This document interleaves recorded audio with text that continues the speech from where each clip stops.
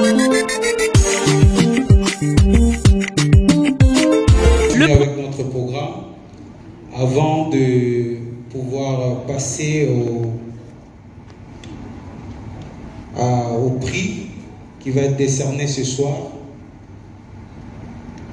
nous allons d'abord présenter le rapport final du forum sur les infrastructures de transport, les infrastructures qui venaient en fait d'être présentées dans cette vidéo synthèse qui a repris les 3 journées que nous avons eues du 18 au 20 juin 2024 à l'hôtel Pullman. Ces assises de haut niveau à portée internationale qui a eu lieu au Pullman Hotel du 18 au 20 juin 2024 sous le thème accélérer les rythmes de la mise en œuvre et des réalisations des projets d'infrastructure en RDC, un impératif pour un Congo émergent. Nous tenons à souligner que ce forum a connu la participation de près de 250 acteurs du secteur, des décideurs politiques, des concepteurs de projets, des partenaires techniques, des bailleurs de fonds, des investisseurs privés, tout comme ceux qui font partie en fait des institutions de financement des projets, des scientifiques, ainsi que des experts internationaux et locaux provenant de divers horizons. Nous avons eu la présence des experts qui nous sont venus de la France, du Canada, et il y avait 2 pays invités pour cette édition, la Côte d'Ivoire et le Maroc. Et nous avons aujourd'hui l'honneur de compter parmi nous un des intervenants qui nous venait de la Côte d'Ivoire, M. Séraphin Kwame, qui est là aujourd'hui avec nous, comme pour venir encore nous encourager et apporter encore son expertise. Akwaba. Alors, le forum a connu d'abord dans son organisation un comité scientifique qui était composé d'experts de haut niveau préalablement mis en place afin de définir des sous-thèmes qui cadrent avec les objectifs, qui ont cadré, disons, avec les objectifs de notre second forum. Et parmi les membres de ces comités scientifiques, si la régie peut afficher les membres du comité scientifique, vous avez des experts de la BAD. Nous avions eu l'honneur d'avoir un économiste des transports, expert en économie de transport, à la personne du docteur Maurice Niati Mwamba, qui en fait était en même temps le chef de mission du PDNIT, qui est le Programme national de développement des infrastructures intégrées. Nous avons M. Maïdadi Saabana, qui est l'associé vice-président de CPCS. M. Victor Toumba pour recevoir le prix sous nos acclamations. C'est le patron de la voirie. Donc, nos routes, nous attendons que nos routes soient réellement, notre voirie soit réellement des voiries de qualité. Alors qu'il ressort, nous voulons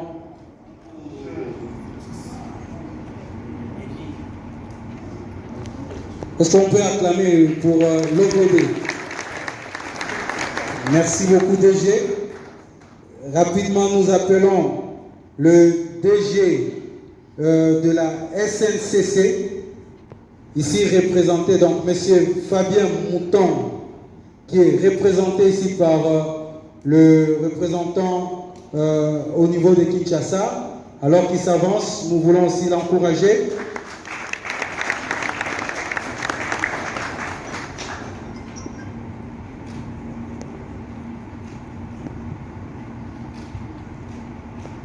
Merci beaucoup. Nous appelons le... Je ne sais pas si le Foner est là. Le DG du Foner, il n'est pas là. Nous appelons le DG de l'unité PPP, qui a la lourde responsabilité de pouvoir concrétiser les partenariats public-privé. Monsieur François Nguyen, alors qu'il s'avance.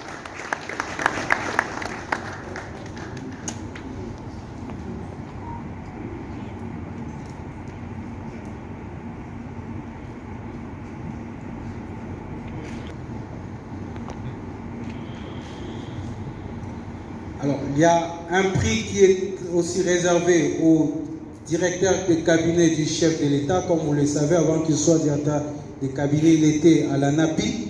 Et nous avons vu tout ce qu'il a réalisé de l'autre côté. Il y a son représentant qui est là, que nous invitons pour recevoir le prix au nom de M.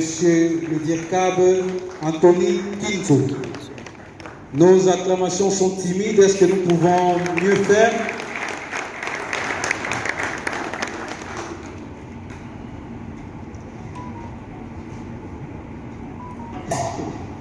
J'ai des liens BTP là.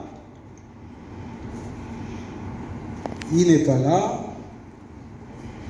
Nous allons appeler ici les doyens de la faculté polytechnique, qui est en même temps DIRCAB du ministre des ressources hydrauliques, le professeur Béa, qui va recevoir le prix pour la faculté polytechnique, parce que nous parlons de développement des compétences et nous avons besoin que les ingénieurs soient formés.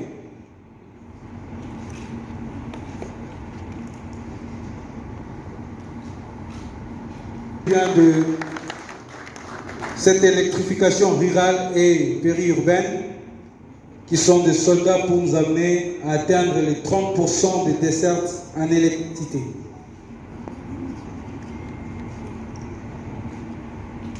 Le prix qui revient à la structure ANSER de l'Agence congolaise des grands travaux.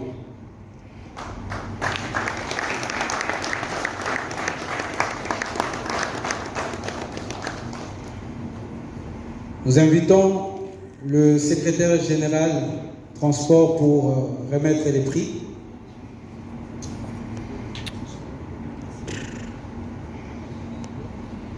La CGT avait une vidéo à faire passer. Ils ont inscrit pour 2026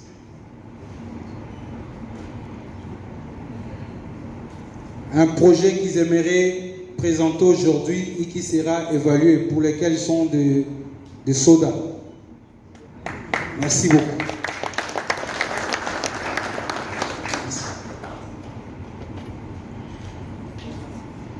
Tu vas m'aider avec le micro.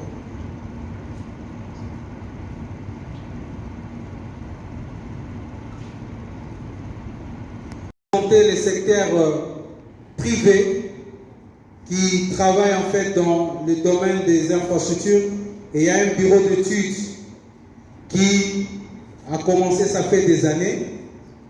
Et pour un petit secret, j'ai eu à faire mon stage professionnel dans ces bureaux d'études-là. Je vais donc inviter ici M. Lasso. Est-ce qu'il est là? Je l'ai vu quelque part. Lui, c'est un dominé que je n'ai pas voulu lui dire qu'il allait être dominé.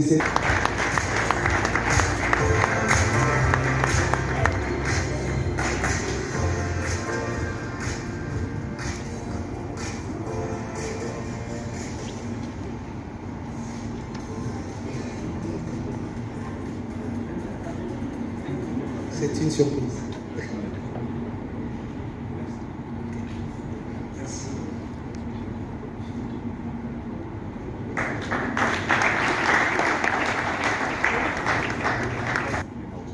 Envoyer, ou bien nous allons nous-mêmes aller déposer les prix. Est-ce que l'ARSP est représenté?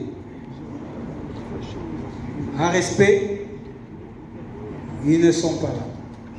Donc, nous vous remercions. Merci beaucoup. Et encore une fois, merci à tous les nominés, ceux qui ont reçu le prix. Et nous croyons que c'est juste un échantillon,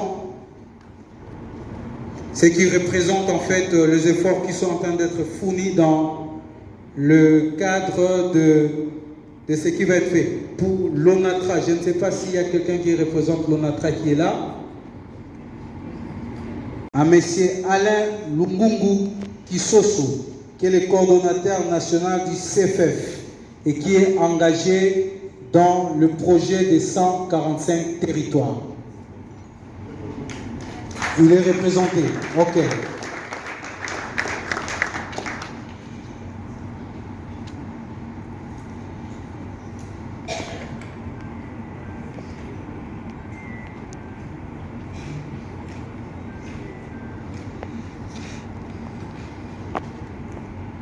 Merci beaucoup. Les absents, on va garder pour eux. Nous voulons décerner donc le prix à M. Benoît Kanyandekwe, qui a réalisé pas mal de projets avec son bureau d'études, qui est un de fleurons.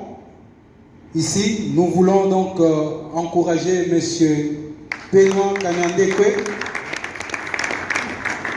et qui est impliqué aussi dans ces projets de relier la route nationale 1.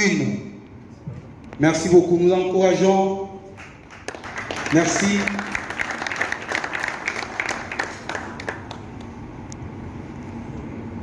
Nous décernons aussi les prix pour le compte du groupe MCTC et MSC qui sont engagés aujourd'hui dans un projet de modernisation du port des Matadi. J'appelle ici donc le représentant, les DG, M. Christian Goy, que nous encourageons. Donc, c'est le soldat qui est lancé pour la modernisation du port des Matadi.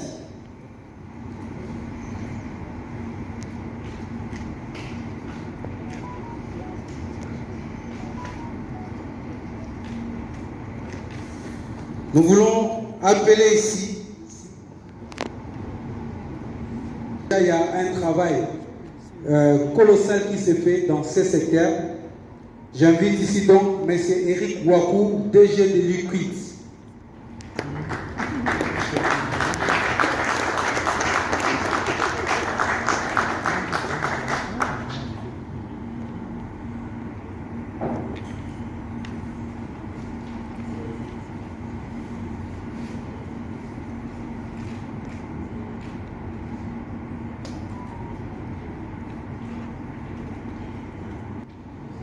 Une entreprise qui est connue depuis des années, que nous voulons aussi encourager.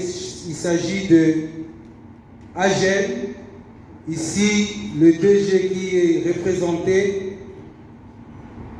Nous invitons donc le représentant du DG de se présenter pour recevoir le prix.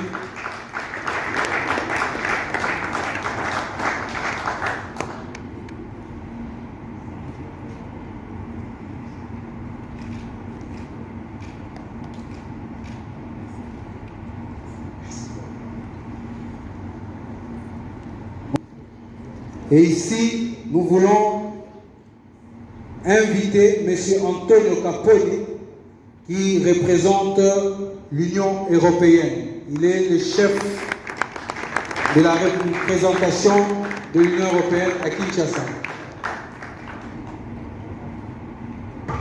Et particulièrement, il y a un programme Global Gateway qu'il est en train de piloter pour les travaux de corridor de la RDC. Nous avons aussi comme représentant de Proparco, l'AFD, représenté par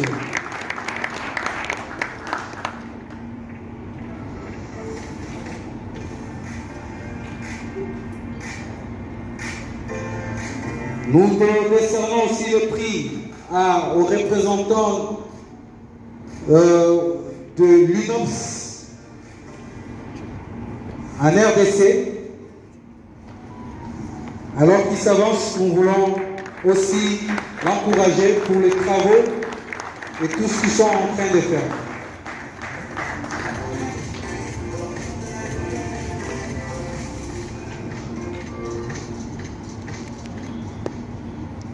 Le prix sera aussi décerné. Je ne sais pas s'il y a le représentant d'Enabel qui est là. La Camille.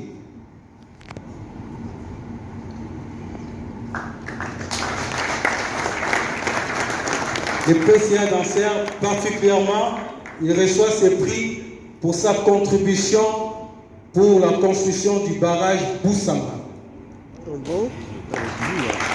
J'étais avec lui, donc je sais comment il a souffert pour ces projets. PCA, il faut bien vous rendre votre trophée. Hein? Ce sont des mégawatts. Au niveau du projet, nous avons un projet qui va toucher l'extension de la ville de Kinshasa. Et il y a un comité qui a été mis en place qui a cette lourde responsabilité avec tout ce que nous venons de voir comme problème dans notre pays en ce qui concerne la ville de Kinshasa. J'appelle ici les coordonnateurs du CSSPEVK, M. Thierry Katembe.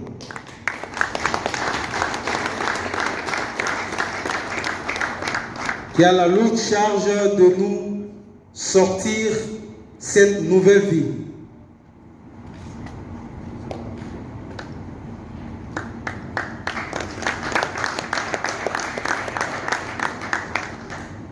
Il y a un projet que nous attendons aussi tous qui va ensemble avec ce projet de la nouvelle ville. C'est le projet de la mobilité urbaine qui est conduit par Metrokim. Donc je vais inviter ici les DG de Metrokim, M. Eric Onepunga.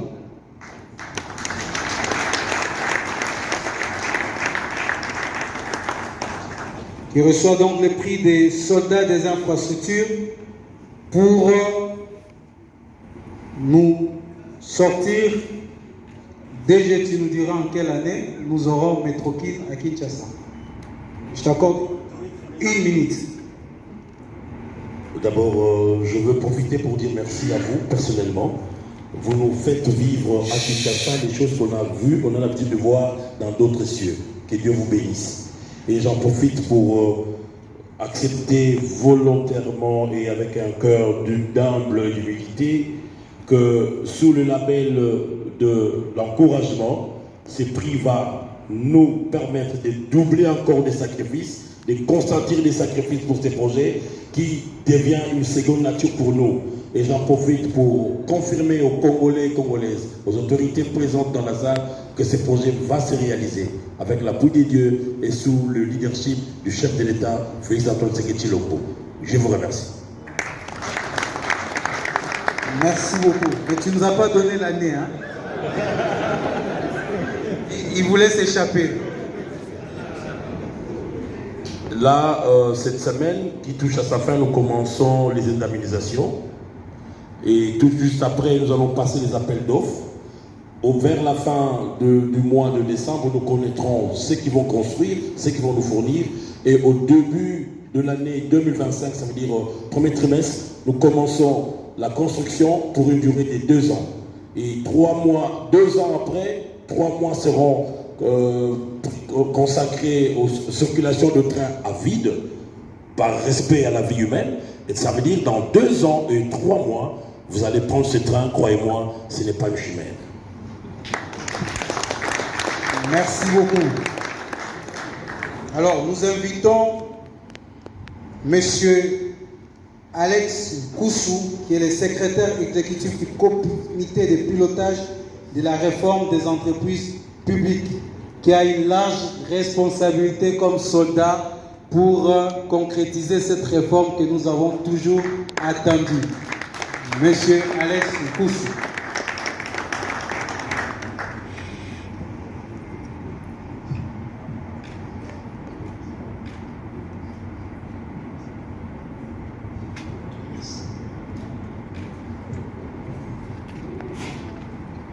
Alors, je ne sais pas si nous avons dans la salle le coordonnateur national du comité technique du PDS 145 territoires. Est-ce qu'il est là? Monsieur Jean-Philippe Moukwaki, il est là?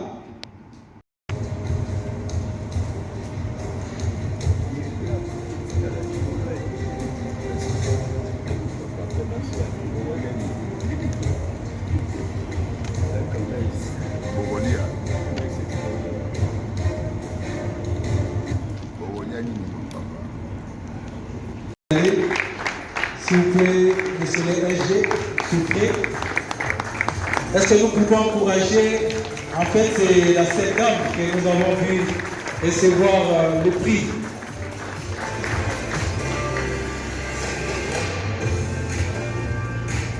Merci beaucoup. Au nom du RDC Stratégie, nous décernons donc ce prix au Lualaba. Donc, merci. Je pense que nous pouvons encourager tous les nominés.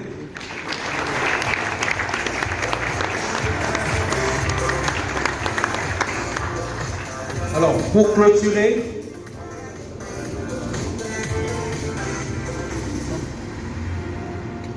pour terminer, nous avons le think tank RDC Stratégie.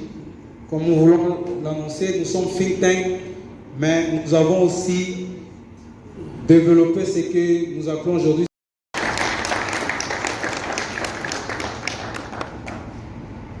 le secteur des ressources hydrauliques. Nous représentons le ministre du VPM du plan. Merci.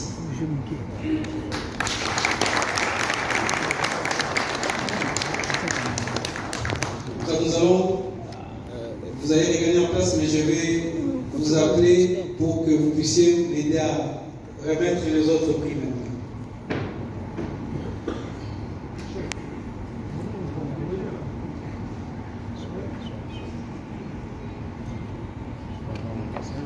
Pilote les plans national stratégique de développement.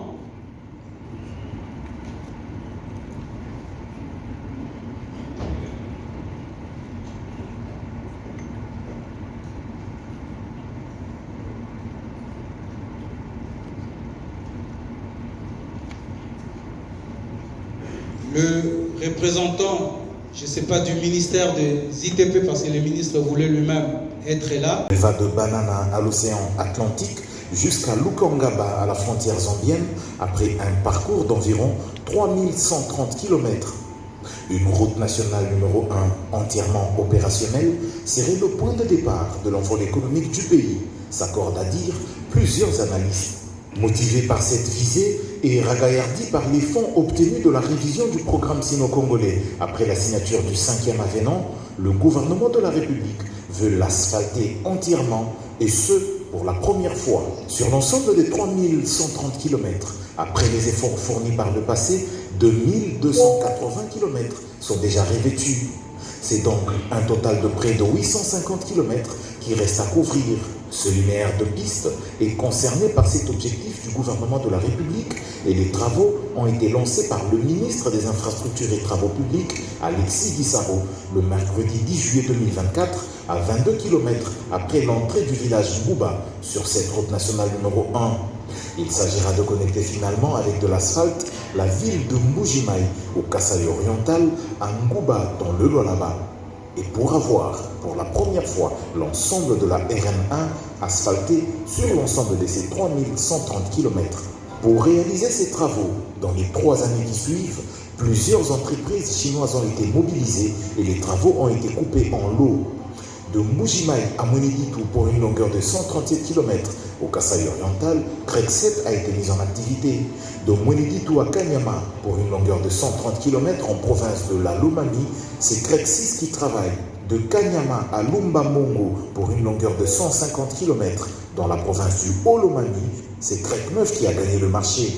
De Lumbamongo à Kamina et Kabondo Dianda pour une longueur de 140 km dans la province du Haut-Lomami, c'est encore CREC 9 qui a été mobilisé. De Kabondo Dianda à Luena puis Lubudi pour une longueur de 147 km dans la province du Olomami. Crêpe Neuf et Sino Hydro se sont mis ensemble pour cette réalisation. De Lubudi en Gouba dans la province du Lualaba pour 142 km, c'est Sino Hydro qui s'occupe de cette réalisation. Le coût de travaux pour cet important projet est de 900 millions de dollars américains. Il faut noter que pour ce projet, de juillet à décembre 2024, un budget de 130 millions de dollars a été rendu disponible. Le vœu de l'Agence congolaise des grands travaux, maître d'ouvrage délégué du ministère des ITP sur ce projet, est de vivre un accompagnement de la population des 4 provinces traversées par le projet, à savoir le Lualaba, le Olomami, la Lomami et le Kasaï oriental, de vivre également le dynamisme des entreprises, le contrôle rigoureux des bureaux d'études expérimentés qui ont été recrutés afin de livrer à la République une infrastructure routière de qualité dans les délais et à un coût bien maîtrisé. Et last but not the least,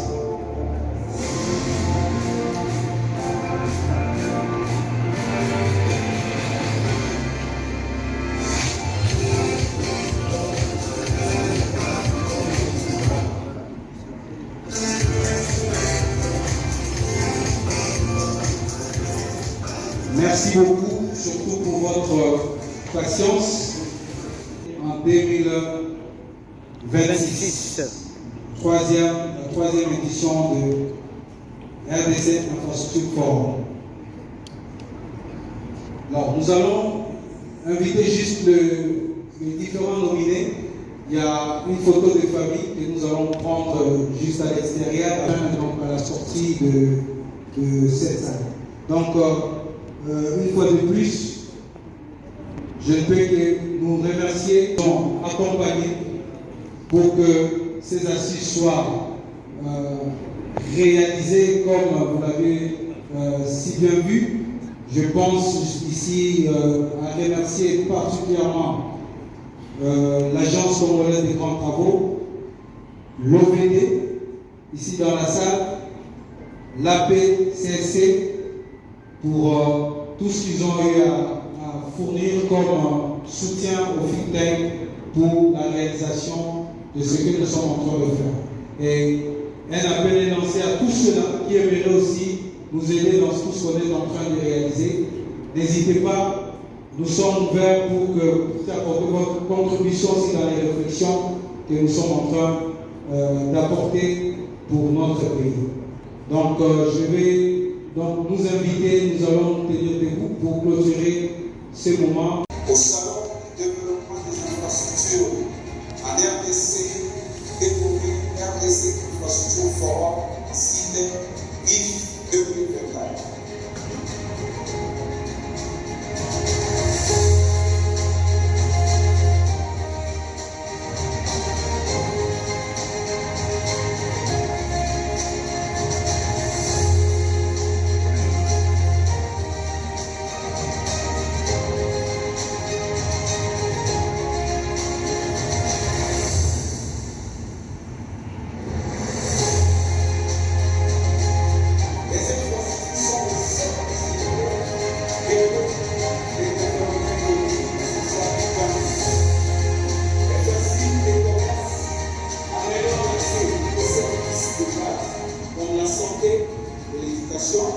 Et permettre de connecter les différentes régions du pays entre elles et avec le reste du monde.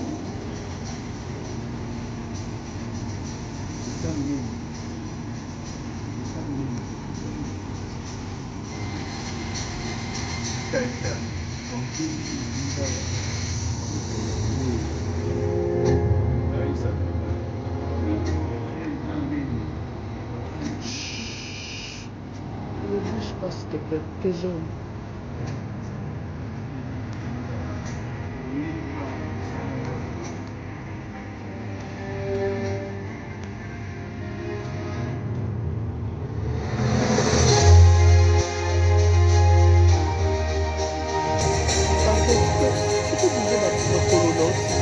S'il te plaît. CG, s'il te plaît. Nicolas à gauche.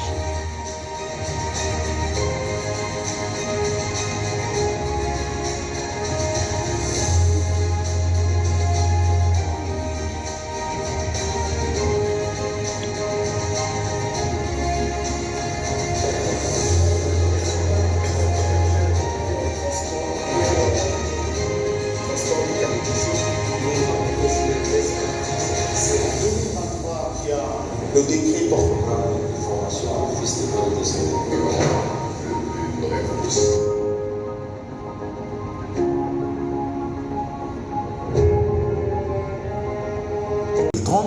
Vu le dynamisme dans la croissance démographique, les experts annoncent 25 millions d'habitants. Cette croissance démographique n'a pas forcément été suivie par une multiplication des infrastructures, notamment celles de transport.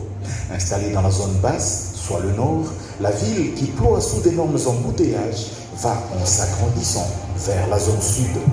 Il faut donc penser une bonne stratégie d'occupation du sol, de la gestion des déplacements et des transports urbains pour créer un nouveau pôle de développement vers le sud.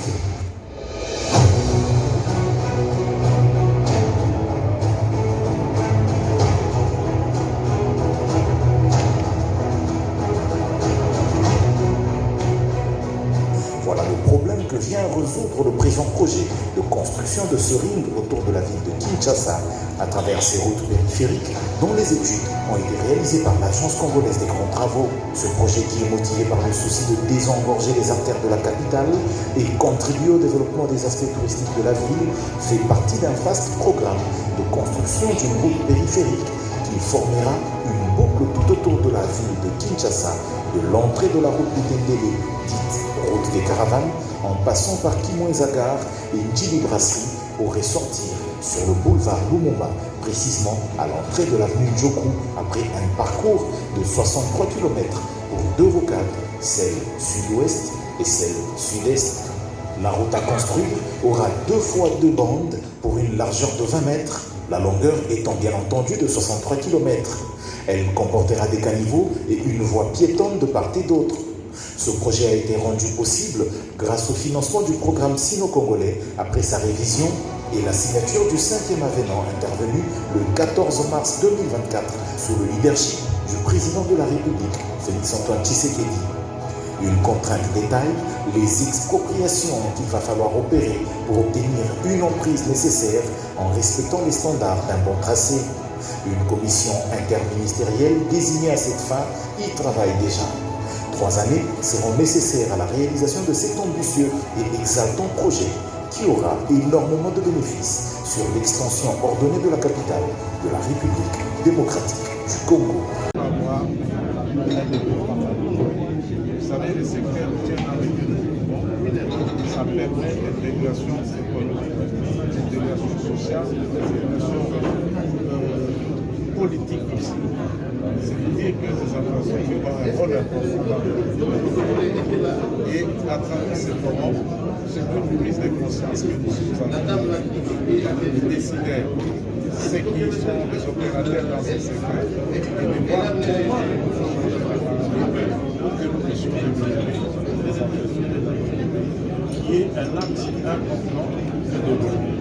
Voilà donc une occasion aussi la mobilité reste un des facteurs, comme disait mon aîné, M. le DG, le déplacement, la mobilité, c'est un facteur de développement. Et nous sommes préparés, et plus que ça prend du temps, plus que ça il y a des difficultés, plus que ça nous encourage, et ça devient même une seconde nature pour nous. Croyez-moi, c'est une réalité, et bientôt, vous allez voir les débuts de France. Impression. Oui, en tout cas, merci beaucoup. Je pense qu'on est tous des soldats. Aujourd'hui, il était question, après les 3 journées que nous avons eues sur le forum sur les infrastructures, de pouvoir dévoiler les rapports qui comportent les recommandations que nous avons appelées la voie à suivre. Donc c'est un rapport qui comporte 50 recommandations pour accélérer les rythmes de la mise en œuvre des infrastructures en RDC. Et pour accélérer ces rythmes des infrastructures, on a besoin de soldats. Aujourd'hui, la RDC fait face à une guerre injuste, certes à l'est du pays, mais il y a aussi cette bataille des infrastructures que nous devons remporter. Pour le remporter, on a besoin de soldats.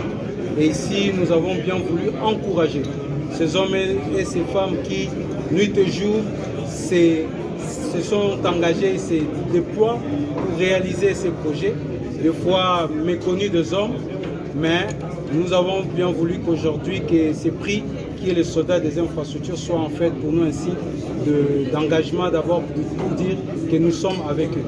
Et comme vous pouvez voir le prix de la carte de la RDC, c'est ça notre challenge. Mais aussi ces mains, ces gens qui se donnent la main en fait pour réaliser ces grands chantiers.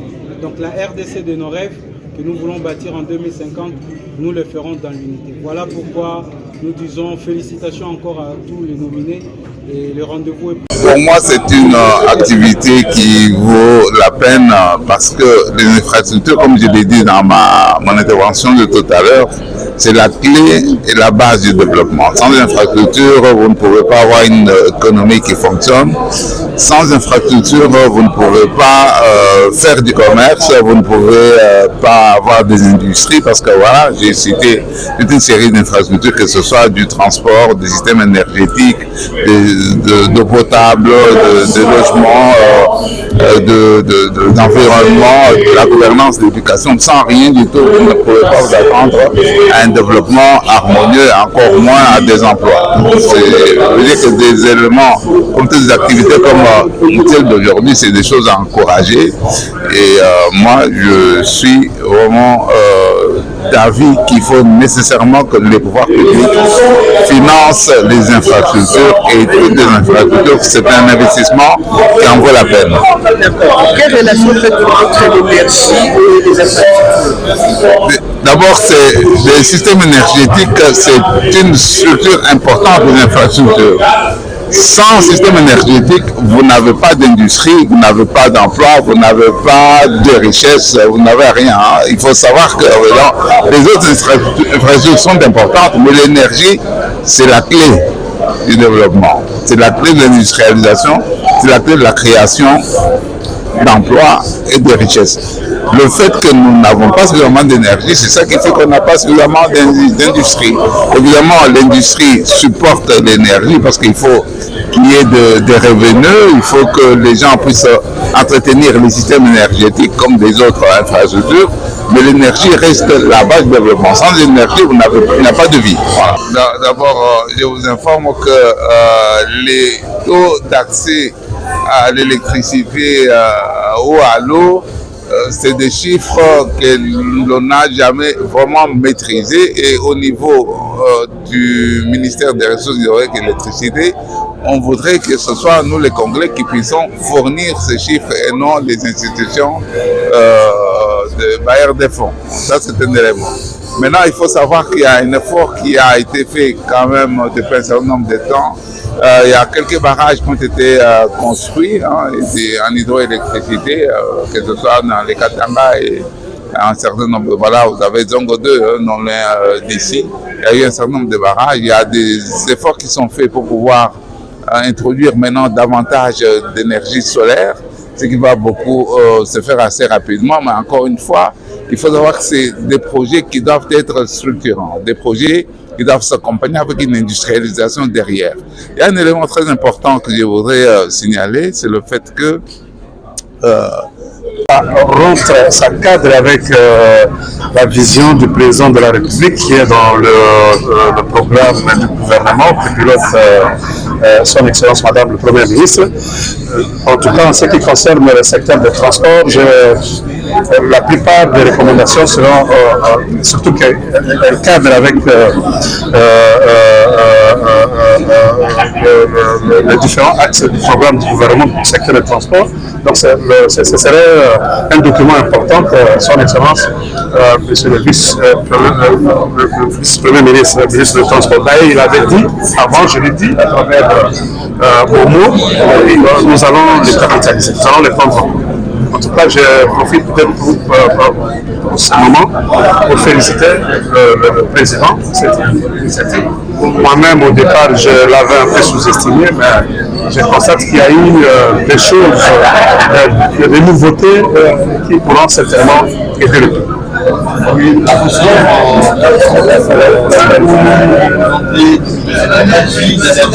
quand un pays n'a pas des infrastructures, qu'il s'agisse de celles de transport, des systèmes énergétiques, des systèmes de santé, des systèmes d'eau potable, et assainissement, des télécommunications, comme je l'ai dit tout à l'heure, quand un pays n'a pas investi dans les infrastructures, il faut qu'il développe. Donc cette cérémonie a le mérite d'abord d'exister et aussi de sensibiliser les uns et les autres, surtout les décideurs qui puissent être prêts à investir davantage, non seulement dans les infrastructures, comme je l'ai dit aussi tout à l'heure, mais dans la formation des ressources humaines de qualité et surtout en ingénierie. Parce que si vous regardez bien derrière toutes ces infrastructures, vous avez les génies.